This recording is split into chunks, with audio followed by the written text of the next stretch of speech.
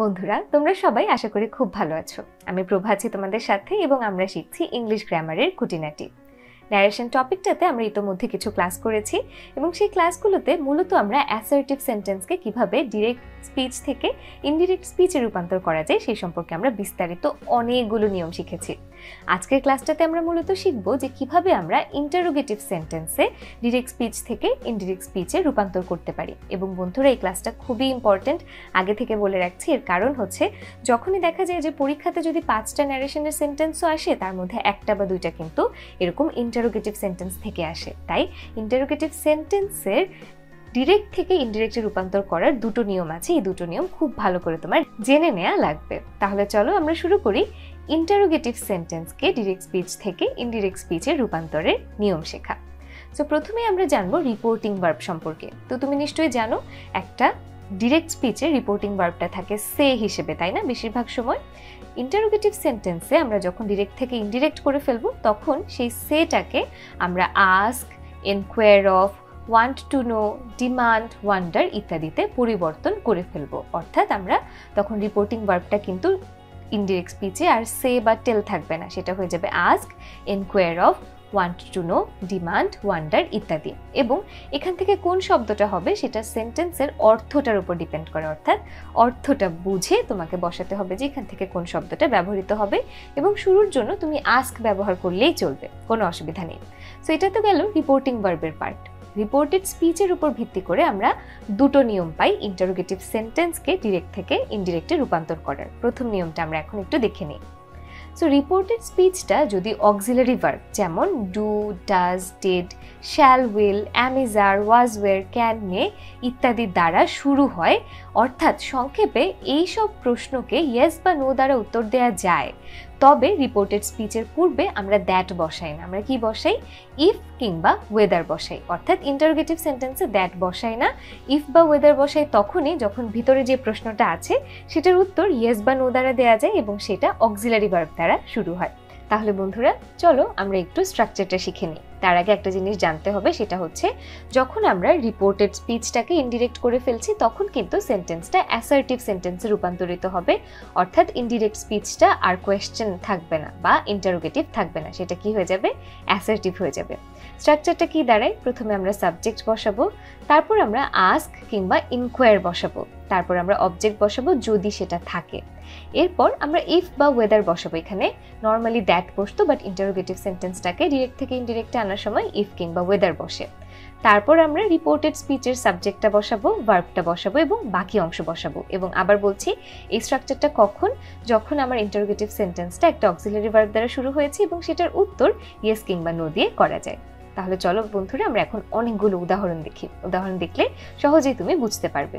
Direct স্পিচে কি আছে? Premul said to his sister, will you go to school? তুমি কি স্কুলে যাবে? দেখো, হ্যাঁ না দিয়ে কিন্তু উত্তর করা যায়। এটা ইনডিরেক্টে হয়ে যাবে Premul asked his sister if she would go to school. তাহলে একটু খেয়াল করে দেখো, এখানে প্রেমুল সেডটা কিন্তু আস্কড হয়ে গেছে এবং কমা উঠিয়ে আমরা নর্মালি দ্যাট বসাতাম, সেটা না করে আমরা কি বসিয়েছি? ইফ, এবং বাকিটা আমরা নর্মাল নিয়মেই অ্যাসার্টিভ সেন্টেন্সে রূপান্তর করেছি। তারপরে উদাহরণটা কি? Mohammad said to Imran, do you like to read poetry? তুমি কি কবিতা পড়তে পছন্দ করো? ইনডিরেক্টে এসে Mohammad asked Imran if he, Imran, liked to read poetry. এইভাবে ব্র্যাকেটে কিন্তু তুমি পুরো নামটাও লিখে দিতে পারো, তাহলে হিটা দিয়ে তুমি কাকে বোঝাচ্ছ সেটা নিশ্চিত করার জন্য। তারপর ডিরেক্ট সেন্টেন্সে আছে কি? He said to me, are you reading my book? তুমি কি আমার বইটা পড়ছো? ইনডিরেক্টে হবে he asked me if I was reading his book. সে আমাকে জিজ্ঞেস করলো আমি তার বই পড়ছি কিনা। তাহলে বন্ধুরা, আমি আশা করি এখানে 3টা উদাহরণ আমরা বুঝতে পেরেছি। তারপর চলে আসি আরো কিছু উদাহরণে। Nazma said to him, have you taken my pen? তখন ইনডিরেক্টে আমরা কি বললাম? Nazma asked him if he had taken her pen. এখানেও খেয়াল করে দেখো, সেডের জায়গাতে আমরা আস্কড বসাই, তারপর আমরা এখানে ইফ বসাই, তারপরে বাকিটা আমরা একটা অ্যাসার্টিভ সেন্টেন্সে রূপান্তর করি। তাহলে Nazma asked him if he had taken her pen. তারপর যদি আমরা ডিরেক্ট সেন্টেন্সে দেখি, Runa said to Sumi, will you meet me tomorrow? তুমি কি কালকে আমার সাথে দেখা করবে? ইনডিরেক্টে এটা কি হয়ে যাবে? Ruma asked Sumi if she, এস দিয়ে আমরা সুমিকে বোঝাচ্ছি, উড মিট হার, এখানে আর দিয়ে রুনাকে বোঝানো হচ্ছে। তাহলে meet her the next day, তাহলে কি দাঁড়ায়? Runa asked Sumi if she would meet her the next day। তাহলে বন্ধুরা দেখেছো, এটা কিন্তু খুব বেশি কঠিন না, কিন্তু এই নিয়মগুলো না জানলে পরীক্ষার হলে কিন্তু একদম আটকে যেতে। সো এটা ছিল আমাদের ইন্টারোগেটিভ করার প্রথম, বা ইন্টারোগেটিভ সেন্টেন্সকে ডিরেক্ট থেকে ইনডিরেক্ট করার প্রথম নিয়মটা। এখন চলো আমরা দ্বিতীয় নিয়মটা দেখি। সো এই নিয়মে বলে যে রিপোর্টেড স্পিচটা যদি ইন্টারোগেটিভ প্রোনাউন যেমন হু, হুম, হুজ, হোয়াট, হুইচ কিংবা ইন্টারোগেটিভ অ্যাডভার্ব যেমন ওয়াই, ওয়ের, হাউ, ওয়ের দুইবার আছে, ওয়ের ইত্যাদি দ্বারা শুরু হয়, তবে ইফ বা ওয়েদার বসে না, সেই শব্দটাই বসে, অর্থাৎ সেই ইন্টারোগেটিভ প্রোনাউনটা কিংবা অ্যাডভার্বটাই বসে। এক্ষেত্রেও সেন্টেন্সটার অ্যাসার্টিভ ফর্ম বসবে। তাহলে চলো আমরা একটু স্ট্রাকচারটা দেখি। প্রথমে আমরা সাবজেক্ট বসাবো, তারপর আস্ক বসাবো, তারপর অবজেক্ট বসাবো যদি সেটা থেকে থাকে, তারপর আমরা ইন্টারোগেটিভ প্রোনাউন বা ইন্টারোগেটিভ অ্যাডভার্ব যেটাই সেন্টেন্সে আছে তাকে বসাবো, তারপর রিপোর্টেড স্পিচের সাবজেক্ট বসাবো, ভার্ব বসাবো এবং সেন্টেন্সের বাকি অংশটুকু বসাবো। চলো আমরা একটু উদাহরণ দেখি, উদাহরণ দেখলে এটা ক্লিয়ার হয়ে যাবে। প্রথমে কি আছে? He said to his father, "What are you doing?" তাহলে এখানে ইনডিরেক্টলি কি হবে? He asked his father what he was doing. সে তার বাবাকে জিজ্ঞেস করলো তিনি কি করছেন বা তিনি কি করছিলেন। ডিরেক্টে আছে he said to me, "Where do you live?" ইনডিরেক্টে হবে he asked me where I live. দেখেছো, এখানে কিন্তু আমরা if বা whether আনছি না, what, where যেটা প্রশ্নে আছে সেটাই বসিয়ে দিচ্ছি। He asked me where I live. ডিরেক্টে আছে Sohail said to Russell, "What are you doing?" ইনডিরেক্টে হবে Sohel asked Russell what he was doing এবং এই হিটাকে রাসেল। তারপর বন্ধুরা পরে উদাহরণে চলে আসি। ডিরেক্টে আছে she said to me, "Who are you and what do you want?" তুমি কে এবং তুমি কি চাও। ইনডিরেক্টে হয়ে যাবে she asked me who I was and what I wanted. সে আমাকে জিজ্ঞেস করলো আমি কে এবং আমি কি চাই। তারপর আমাদের শেষ উদাহরণটা এই ক্লাসের। ডিরেক্টে আছে the teacher said to the boys, "why are you making so much noise?" শিক্ষক ছেলেদেরকে বললেন যে তুমি এত আওয়াজ করছো কেন তোমরা। ইনডিরেক্টে কি হবে? The teacher asked the boys why they were making so much noise, অর্থাৎ শিক্ষক ছেলেদেরকে বা ছাত্রদেরকে জিজ্ঞেস করলেন তারা এত আওয়াজ কেন করছিল। তাহলে বন্ধুরা এটুকুই ছিল আমাদের কি দুটো নিয়ম, যে দুটো নিয়মের মাধ্যমে একটা ইন্টারোগেটিভ সেন্টেন্সকে আমরা ডিরেক্ট স্পিচ থেকে ইনডিরেক্ট স্পিচে রূপান্তর করতে পারি। সো নিয়ম যেহেতু শিখেছি, চলো একটুখানি প্র্যাকটিস করি। প্র্যাকটিসের প্রশ্নে আমাদেরকে বলেছে change the narrative style of the following sentences, অর্থাৎ এই যে সেন্টেন্সগুলো আছে এগুলো ন্যারেটিভ স্টাইল আমরা এখন পরিবর্তন করব। প্রথমে কি আছে?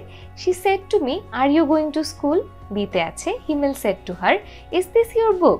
সিতে আছে he said to me, "What do you want?" এবং ডিতে আছে I said to him, "How will you go home?" তাহলে তুমি ভিডিওটা পজ করে ঝটপট করে উত্তরটা লিখে ফেলো এই চারটা সেন্টেন্সের, যে কোনটার ন্যারেটিভ স্টাইল চেঞ্জ করার পরে ইনডিরেক্ট স্পিচ কোনটা হবে। তাহলে তুমি পজ করে উত্তরটা লিখে আবার ফিরে এসো, আমরা উত্তরটা মিলানো শুরু করি। সো প্রথমে কি হবে? she asked me if I was going to school. B এর উত্তরটা হবে হিমেল asked her if that was her book. সিতে হবে he asked me what I wanted এবং ডিতে হবে I asked him how he would go home। এবং এই প্রত্যেকটাই কিন্তু দেখো প্রথম দুটো হচ্ছে আমাদের ইন্টারোগেটিভ ক্লাসটার প্রথম রুলটা নিয়ে এবং দ্বিতীয় দুটো দ্বিতীয় রুলটা নিয়ে। তাই কোনোটা নিয়ে যদি তোমার কোনো কনফিউশন থাকে অবশ্যই রুলটা আরেকবার দেখে নিতে পারো এবং স্ট্রাকচার তো সবসময় আছে, স্ট্রাকচারের সাথে মিলিয়ে নিতে পারো। সো বন্ধুরা এই ক্লাসটাতে আমরা শিখলাম যে কিভাবে আমরা ইন্টারোগেটিভ সেন্টেন্সকে ডিরেক্ট স্পিচ থেকে ইনডিরেক্ট স্পিচে রূপান্তর করতে পারি। এর পরবর্তী ক্লাসে আমরা শিখব যে অন্যান্য ধরনের সেন্টেন্স যেমন objective sentence, imperative sentence, exclamatory sentence এগুলোকে আমরা কিভাবে ডিরেক্ট থেকে ইনডিরেক্ট স্পিচে রূপান্তর করতে পারি। ততক্ষণ তোমরা খুব ভালো থেকো, নিজেদের খেয়াল রেখো এবং এই যে ক্লাসটা করলে আমার সাথে এতক্ষণ ধরে এটার জন্য তোমাকে অনেক ধন্যবাদ। তোমার সাথে আমার দেখা হবে পরের ক্লাসে।